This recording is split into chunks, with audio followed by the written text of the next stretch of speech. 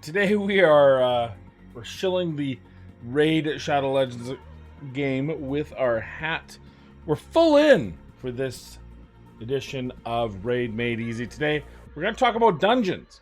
This should be a rather short topic in comparison to the others, but I want to go through each of the dungeons and when I think you should start looking at them and where the transition is and why some people don't want to farm them. I'm going to go over all of that for you. So let's go right away into the dungeon area and talk about the different dungeons available to you. The dungeon screen is right here.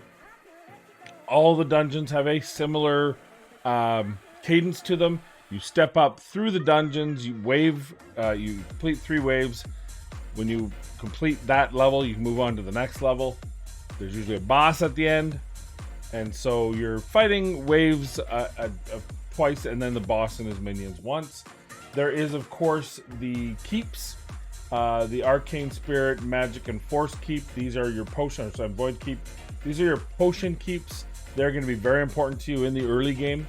The first week they are all open, so you can push forward them as kind of side movements in that first 100 turns, just to kind of see where you can get to. There's a lot of missions, and I didn't really mention this before, but you should be going to your missions as you're playing the game.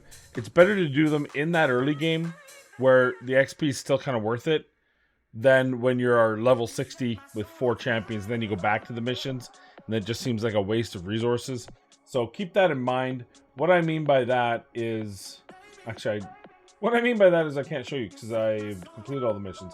But the missions are here, and there's some very simple ones, like get one of each artifact type from the sewers of Arnok, from the different campaign modes. Get a rare attack champion and equip all offense on it. Just stuff like that. It's very simple. It's easy, free resources for you that'll help you push further in the game because it's going to give you tons of energy, especially so that you can use that energy to keep playing the game. So it's very smart, very wise to do the missions early. And there's one that'll be right here beside where the Forge Pass is, or maybe it's in between Quest and Forge Pass, called Challenges. And challenges are really good for, there's an Ancient Shard available in one run. There's, I think, an epic book or rare books into epic books. So there's a lot of good kind of resources for your early game there as well. Also, if you are not decided to play, if you're watching this series to decide whether you want to play the game or restart the game, there is an opportunity right now to still get Rhonda through 5 Ancient Shards. It's very easy to get 5 Ancient Shards, just so you're aware. I think you get 1 Ancient Shard. There's a challenge, a very easy challenge you can do for an Ancient Shard. And I think the other Ancient Shard I got was from missions, but I'm not really too sure where that second one came from. And then I bought 3 at 270 gems, which you can get by completing missions to get gems. Eventually, as well as you go through the campaign, there'll be gems available. And I was able to do that and get my Rhonda. And I actually switched Rhonda to be my starter on this newest free-to-play account that I might do content on in a bit. I just kind of want to get through that first initial not as exciting stuff, but I might start making videos on that one. So let's get into that. Let's get into the rest of the dungeons. So the first dungeons are these ones. You're going to need these potions keeps. They're very important to you for ascending champions, and we'll talk a little bit about ascension. We talked about ascensions before, and basically this is just where new stats and in some cases new skills or upgraded skills happen on your champions. And you can actually see that on your champion. See if I can get I should have a couple of non-ascended champions here that will show you kind of what I mean. So if I go to the skills here, you see this one's unlocked. It unlocks on Ascension 3. So Prendar does not have this made available to him until he gets Ascension level 3, and then he unlocks his passive here, which is Trash Talk.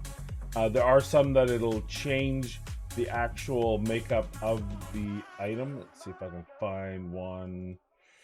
There. Perfect example. You see that yellow exclamation mark. You see at Ascension 3, it gets a 15% increase on all allies, not just the initial. So that's why you want to ascend. There's another thing that you can take a look at. And I think we showed it before. There's the potion mixer.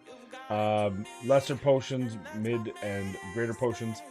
Rares require lesser potions, and then in the final levels they'll require superior. and then epics require superior, and then the later levels they'll require greater, and then legendaries require greater. Okay, all potions will require the affinity of the champion that you have and an arcane potion. So that's why you're going to be farming twice as much arcane as everything else. By the way, in the early game there are some easy challenges regarding the potion keeps. While you have all 4 open, do those, because then you don't have to wait for them to open. It's like to get to level 2 of the void and 3 of the rest, and then there's one that says get to 5 of arcane. Very simple, very easy to do. Do them all the dungeons are open, so that it's a much easier playtime for you. And that's all I'm going to talk about the potion dungeons. The Iron Twins, we'll talk about the Iron Twins and the Sand Devil's Necropolis last. So now we have our 5 main dungeons. 4 of them have gear, and 1 of them is the Minotaur's Labyrinth, which gives you scrolls for masteries. Masteries are an important part of the game. We talked about that, and I also suggested that you save up gems, obviously after the 270, because I think getting Rhonda is a very important thing. But and trust me, I switched over to her as my main character, stopped using Aethel on my free-to-play, and she's way easier. She naturally hits harder because she's a legendary, so she has better stats. And she also is automatically up to 50, which makes it, you don't have to go through the 3 and the 4 step, right? So Minotaur's Labyrinth, once you get your starter to level, level 6 and you get them fully ascended, you can probably use 1 or maybe 2 champions that are purchased, and then after that you can go to the Minotaur's Labyrinth and just burn through level 15 here, and that's going to be the most efficient. We talked about efficiency, so we don't need to talk about this dungeon much more. It does create a cost about 2100 energy to get through, on average, to get through a full set of masteries for a champion. Alright, now we'll talk about the 4 main. Why would you want to farm these? Where do you farm? Where do you not want to farm as an early game player? Well, this is just personal opinion. This is how I've always done it. The Ice Golem's Peak, I absolutely ignore. Though I will say, when it comes up, say there's an event or tournament, that is a good time just to find out where you're at and maybe push forward. And if you get to some of the key stages that are worth kind of farming, then absolutely use the dungeon. The reason why I don't like the dungeon, the reason why most people don't like the dungeon, is because they contain all the base artifacts that have upgraded versions in other areas or are not as impactful as some of the other sets that you get in the other dungeons. We're talking about life, offense, defense, crit rate, resistance even. Resistance is definitely an asterisk, because the resistance pieces you can get from the Doom Tower, because the Doom Tower gives you materials that you can then use in the Forge for resources later in the game. I think it's level 40 when it unlocks. They're not on a regular rotation, so it does take longer to get those resources as opposed to resistance. And I always say, for example, Bombal's one of those resistance pieces, but Faye's on that same rotation. And if it's me, I would rather spend all my extra keys in the Doom Tower in Faye. So resistance is a little bit more important, but it is a late to end game. You should not be worrying about resistance at all in the early game. All it does is add to your player power artificially. Not worth it. So the first 4 pieces are meh. The resistance is not until a later game. Retaliation, it's a 35%. The problem with it is it's a 4-piece set to get that 35% chance to retaliate. It can be fun, but I don't think it's something that you want to farm regularly. Reflex gear is another really good piece, but it's typically for later to end game, so it's not a piece you're going to use.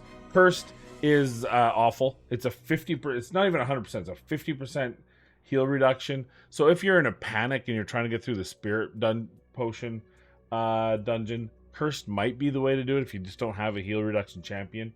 And then Provoke is actually a really good set used in several different areas, but typically for later game. Hydra, I use a Provoke set on my Husk to get an additional chance to land that Provoke on the Head of Decay. Provoke is also really good on certain champions, specifically Hegemon. I use a Hegi with Provoke when I'm using one in the arena, but that's, again, way later and absolutely out of the scope. So for the most part, if there's not a tournament going on specifically for Ice Golem, I wouldn't even care how far you can get. That's what I typically I would do on my free-to-play account. I see a tournament, I see how far I can get. Maybe I get to 11. If you're under 50, the rewards are compressed, so you get at lower levels, you get the rewards. So yeah, you can get to stage 11 and farm it up a bit. Away you go. Other than that, I wouldn't touch the Ice Golem at all. The Spider's Den is one that you want to keep progressing as you're able to, because it is one of the most important dungeons in this game. It's the only one that's going to give you the accessories that you need to complete your builds, and it's also the best place to make silver. How does it make silver? Well, it drops silver as any other dungeon does, but the accessories sell for the highest silver per item. And so what any of these accessory pieces that you don't want, and we will go through artifacting in another video, but any of these that you don't want or can't use will sell for higher than their comparative versions from the Dragon and Fire Knight. That's what makes this dungeon so important. Now, it also makes it one of the hardest as far as a gadget goes, because there's a very certain mechanic that you need to do in the Spider Dungeon that is not the same in others. And it switches. So in the early ones, you can power through it just by killing all the spiderlings. Good AoE champions, your starter champion, Rhonda, any of these AoEs will be able to get you through here. You will need some healing, maybe some cleansing as you get into stage 11 through 16. At 16, it kind of turns. Now, enemy max HP is one of the easiest ways, but there's not a ton of champions.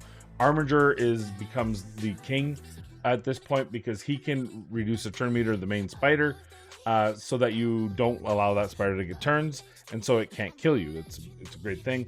Cold Heart as well, Royal Guard as well. I mean, if you get her Acrizia, but there's a few at enemy max HP. Husk is another one, but at the end of the day, the more efficient way to do it is HP burn, and the higher it gets. So HP burn is a percentage-based damage. What happens is, if you can get an AoE HP burn on all the spiderlings and the spider, each time any one of them takes a turn, they all take that percentage damage. And that's why it's so important in the later rounds, because they have more health, and it's percentage of their health. So at level 10, HP burn's not going to do enough on the main spider from those spiderlings proccing for it to be a consistent battle. But in the later stages, you know, especially 18, 19, 20, 17, 18, 19, 20, it does start doing some significant damage that can help you get through there. So that is why I'm always keen on Mordecai being the promo code you use. Though I did use the promo code for Deacon in my new free-to-play account. So I'm giving that a try, seeing how that works. But you absolutely just keep in mind that the Spiderling dungeon is a very unique mechanic, and you may not be able to get through this even when you have good champions, and even when you have you know, some really good pulls, and you're getting into the mid game. Sometimes it's very difficult to truly get through the Spider's Den. So the Spider's Den is very important in the earliest of game. You just, again, the same thing, just push to where you think you can get to, and then stop. Don't try to spend a bunch of energy fine-tuning at this point.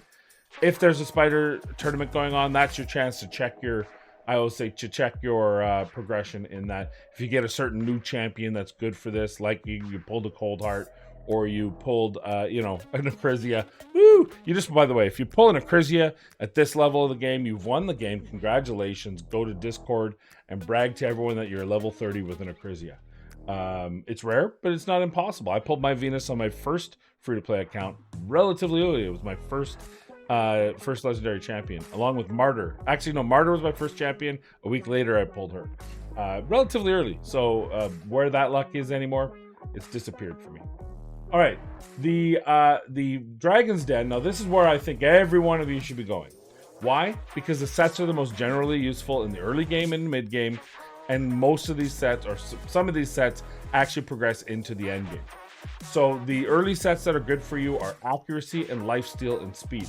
These are the three most important sets right here at this point in the game. Why? Because you don't have a developed Great Hall. You probably don't have a banner. And banner is, you know, is where you get a good chunk of your accuracy from. Neck, a good ascended neck, or a good leveled up neck also gives you some good accuracy, but that's hard to get at the very beginning because of what we just talked about with the spider. So accuracy is going to be able to fill that in. Now, accuracy has become less desirable because of perception gear that you can get in the Forge. And I highly recommend that you're doing your faction wars every day as hard as you can, if you can, with any champion you're able to, because for 5-star accuracy gear you can then make, perception gear you can make in the Forge, and that'll help you out. But the early game, Forge isn't open yet. So being able to do this earliest of game, you have a 4-piece lifesteal. You're probably going to need either speed or accuracy to get the numbers you need to kind of progress through the clan boss in the early days. And some of the dungeons, once you get into that level 15, 16, you're going to need that extra accuracy from sets like this to help you through. Speed, same thing. Fast is good, right? If you can get to that 2-to-1 we talked about, so the speed set's going to be very important for you. Lifesteal, well, your starter typically has lifesteal on just to get through campaign. It's almost a critical piece.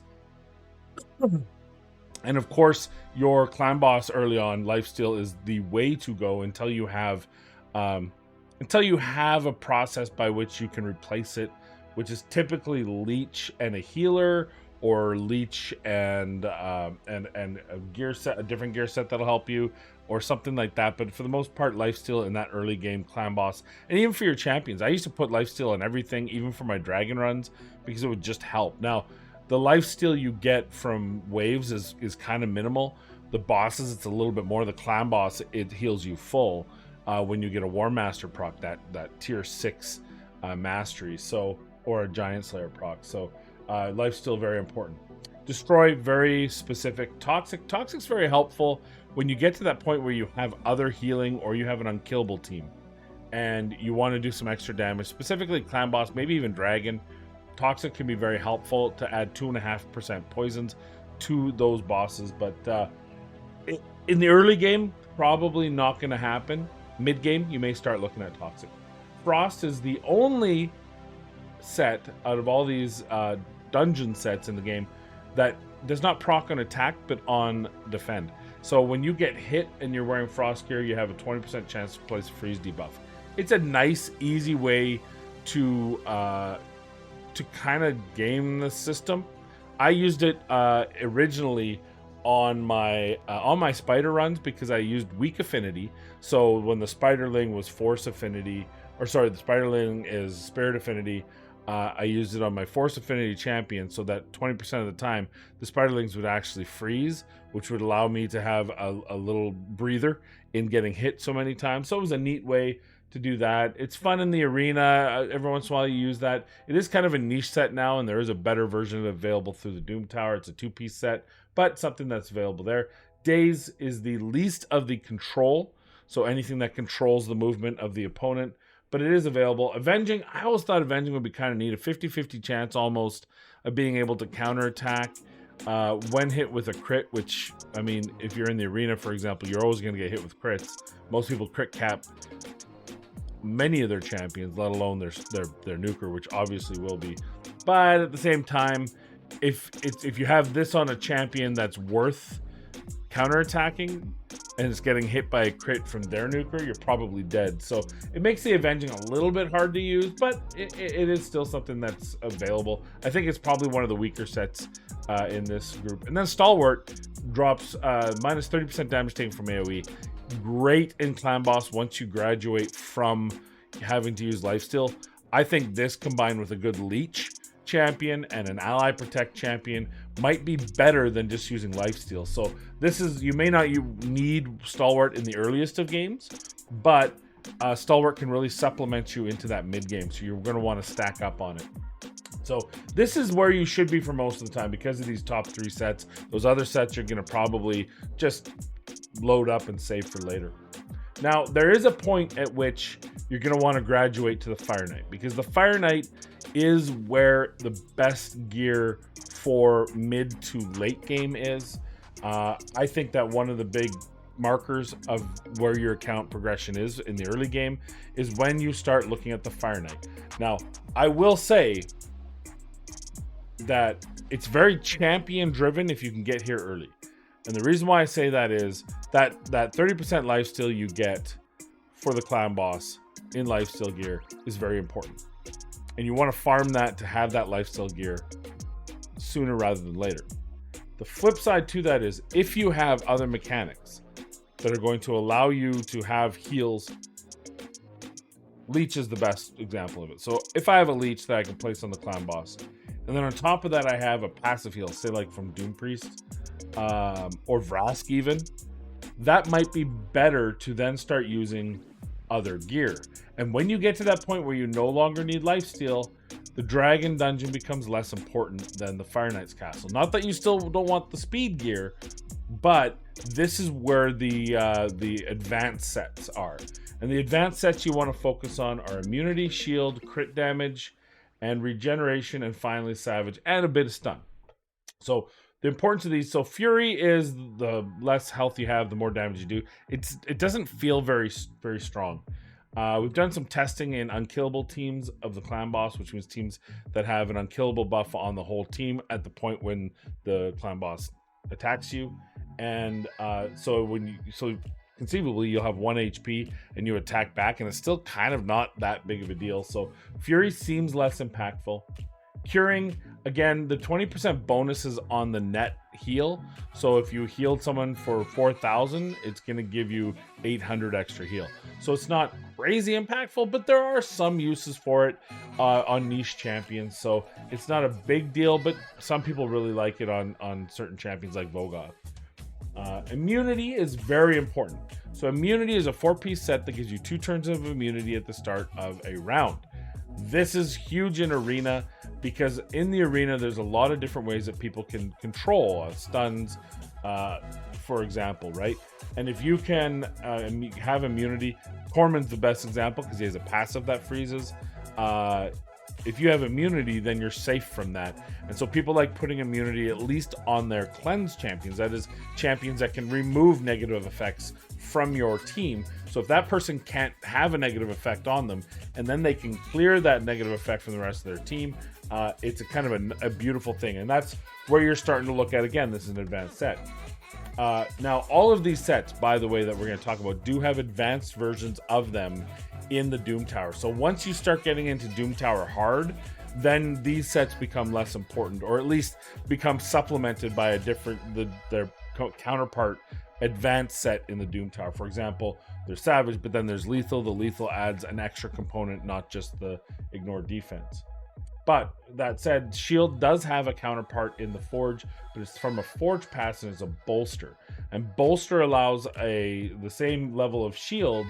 I believe it also heals or something, but it also is unremovable. So it's a protected set, which means strip champions, those are champions that can remove positive effects from the opponent team, cannot remove anything that's protected. It's got a yellow square around the buff, and there's actually gear that can help protect, as well as certain skills that just innately protect. But the upgraded bolster set also protects. But the shield set in this level is going to be great for you. I find the shield set's best when you're pushing through those final levels of a particular, whether it's Fire Knight or whether it's Dragon or even in Spider, because it just gives you a kind of a 2-turn reprieve where you have this shield set. You usually have one champion that's got really good HP. You use this shield set and it just boosts your ability and survivability in each round. Crit damage, great supplement. It's a 2-piece set, adds 20% extra crit damage. Obviously, this is a nuker set. This is for your offensive champions, and it's good to supplement a set like Savage, which is a 4-piece set with a 2-piece crit damage. Frenzy, early game, don't worry about Frenzy, but I feel like Frenzy is actually a really good set that I just never use. You get a 10% turn meter for every 5% health lost. So it feels like you can put it on a champion who is going to get hit and lose some health, and then they get a ton of extra turn meter, which allows them to go next. So I feel like that should be good. I don't see a lot of people use it, but I suspect that it's used kind of in areas that we just don't notice quite as much. Regen gives you a 15% regen every turn. So this is one of those things where if you use regen in a lot of advanced dungeons, so it becomes a mid to late game. It's probably not an early game set. And stun set, it's a 4-piece, 18% chance to stun. It's the best of the control debuffs, but it's also the lowest percentage from a set. Now, it's important to note that any negative effects that are from sets like stun, like the frost, do not require accuracy. So these are very nice to put on AoE champions, especially with an AoE A1 champion that doesn't necessarily have accuracy. So it's really good on champions. I use like my Biggin because he's got 3 AoEs. He's got plenty of chances to land that stun effect on one or more champions or enemies, and it doesn't require accuracy. Because I build him, I've built him with accuracy because he does have reasons to have accuracy. But sometimes I've just built him as a straight out nuker with a lot less accuracy, and the stun doesn't need it. So champions that don't need accuracy but are hitting AoE, very good set for. Savage, the most important set in this kind of the transition to early to mid. The Savage set is absolutely critical to have on your nuking champions. It allows you to ignore 25% of enemies' defense, and that can be monstrous. You also have a T6 mastery called Helm Smasher, which has a 50% to ignore 25% damage. So you put the two together, and half of the defense of the opponent is gone. And very big in arena, very big in PvE. This set becomes your favorite set. Now there is an upgraded set, like I had mentioned, Lethal, from the Doom Tower, but not in this portion of the game. Savage is going to be very important through most of the game, and because the Fae is only around every 3 months, and Savage is available whenever you have energy to farm it, it becomes a critically important piece of your playtime. Now, as far as out of these 4 dungeons, which one you should be spending your time on at this point in the game that you're probably watching this, it's absolutely the Dragon's Lair. Those first 3 sets are more important than anything else, with sprinkling in Spider as you're able to progress to get something, because a 3-star green uncommon amulet is better than no amulet at all on champions. So you're going to want to be able to get those sets. But the Dragon's Lair is probably where you're going to spend the first several weeks, I would say, in the game before you start looking, depending on your champions, how often you play, how lucky you get, how much you spend. You'll have that transition into the Fire Knight. For myself, I am actually using the Spider's Den a lot more. You see, I'm always low on resources, so for me, that Spider's Den is probably my most important. Now, the last 2 I want to talk about are really mid to late game. They're a much higher threshold of champion level and gear level to be able to complete, but that is the Iron Twins Fortress. This gives you chances for champion blessings, which allows you to ascend your champions. You may see champions with some red stars on them. That's ascensions, and the materials, the raw materials to get those ascensions comes from the Iron Twins. The Sand Devil's Necropolis is a same sort of thing, but for gear, and it's only for your artifacts, not your accessories. This locked one will be a future update for accessories, but the Sand Devil's Necropolis gives you these materials called oil, and the oil is what you use to bless your artifacts or send your artifacts. Both of these should be fully ignored at this point in your game. You do not want to farm them because it's not worth it. The last thing I want to talk about when we talk about dungeons is the Faction Wars dungeon. Now, this is in a separate screen. This is something that you should do, and I think I already mentioned it, but I'll mention it again. You should do this daily, especially at the very, very beginning, because I think they all stay open for the first week before they get into these rotations. Absolutely. The materials here are so critically important. Even if you can only get to stage 3 or 4, you start getting this rare materials once you get past stage 7, which you should be able to do with your Rhonda or your starter and one of the free champions you pulled. You might be able to get 7, 8. These materials, use up all the battle keys you can when you can. If you can't get past stage 1, that's fine. Wait until you can. But the reason why you want to do this is because once that forge opens at level 40, I believe it's level 40, you're going to want to start crafting perception gear. Even if it's 4 or 5, heck, 3, 4 might be a stretch, but in the earliest, it's going to be helpful. The reason why is perception offers you accuracy and speed. We talked about that accuracy being really, really important in the early game. Well, this is a way to get it plus 5% speed, and you can just craft it. You don't have to have a team put together to make it happen. So always do your faction wars whenever you can, to whatever level you can, and then always burn out your keys every day. I think that's a critically misstep that a lot of new players just ignore. As soon as faction wars is open, level 20, start doing it. And the forge, maybe I'm not even right. Maybe the forge is opened up sooner. But as soon as that forge is opened up, use it. In fact, why don't we find out? I'm going to spend the last little second. We're going to jump over to my brand new free-to-play account that I just started. If it actually goes over. Cheers, coffee. Drink coffee, get more done. This thing's taking forever. Don't you love it when it does that? Efficient programming. Live, everybody. There we go. Finally disappeared. So we're going to switch over to my brand new free-to-play account. Just started yesterday. Maybe the day before, but I think I skipped a day of playing on it. We're going to start doing some videos. I think that will be the natural transition for this video series, is into a daily free-to-play on this account here. See, I'm level 19. So, Forge is level 30. Okay, and I'm pretty sure it's level 20. Yeah, level 20 for Faction Wars. So as soon as you're able to get in there, do that. It's just going to be a well worth item for you to do easily. A couple other tips while I'm here and I remember it. In the market, once you open up the market, try to get there as soon as you can, opening up all these spaces, because the last thing you want to do is miss something that's in one of these locked ones. You can get 5 ancients a month. I always purchase all mystery shards because mystery shards are important. There'll be times when, if you're as a free-to-play player, you're trying to get fusion and you need a few more shards to get the points. That's the way you do it, is through mystery shards. It can be painful, but it is a necessary evil. But most importantly, there's a few champions, uncommon champions, you may want to watch out for. If you need poisons, there's a monk. He's something monk. I'll take a look at his actual name. I can't remember. I just always call him the monk. There's also Arminger, and they're uncommons that are very important. There's also Shield Guard, who can be a farmer for you if you need him.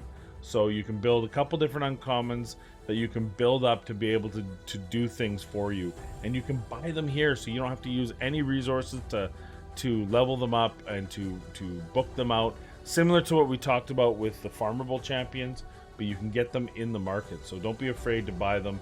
And the two that I always talk about, Shield Guard is a barbarian, I think. Shield Guard, right there. I believe he's also might be a farmable Shield Guard, but you can buy him, you can farm him, and he's got this 2-turn AoE, which that's why he's such a good. He can hit pretty hard. He's defense based. And because this can book down to a 2-turn, when you get a whole bunch of them from farming and from buying off the market. And then the other one, Arminger, is a Banner Lord. Am I right? No, I always do this. I'm sure he's a Sacred Order. Boom, boom, boom, boom, boom, boom, boom. Arminger, right here. Arminger has only 2 skills, but this one decreases the turn meter by 30%. Very strong in Spider. To control the turn meter of the main spider, and then has this based on enemy max HP. It's the weakest hitting enemy max HP, but it still does hit. Still hits pretty well. So he's going to be very good. I've seen endgame comps with him all the time. Cold Brew Gaming loves him and has about 1 million videos on him. So those are the 2 champions you should look for and purchase in the marketplace. All right, I think that's enough for this video. Another 15-minute video gone 33 minutes. So I hope this was helpful for you, and as always, we will see you in the next one. So please be kind, be safe, and we'll see you in the next video.